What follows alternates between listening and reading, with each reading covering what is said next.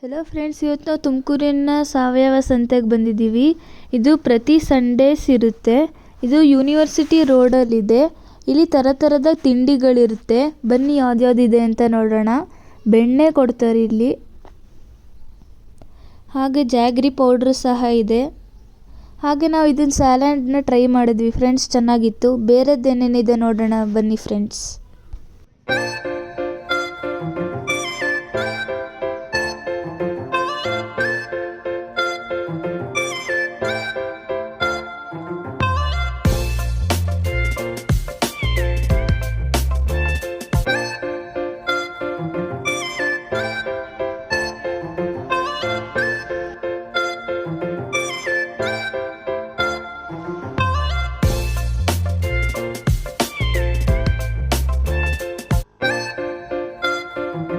ಒಮ್ಮೆ ಭೇಟಿ ಕೊಡಿ ಫ್ರೆಂಡ್ಸ್. ಬಾಯ್.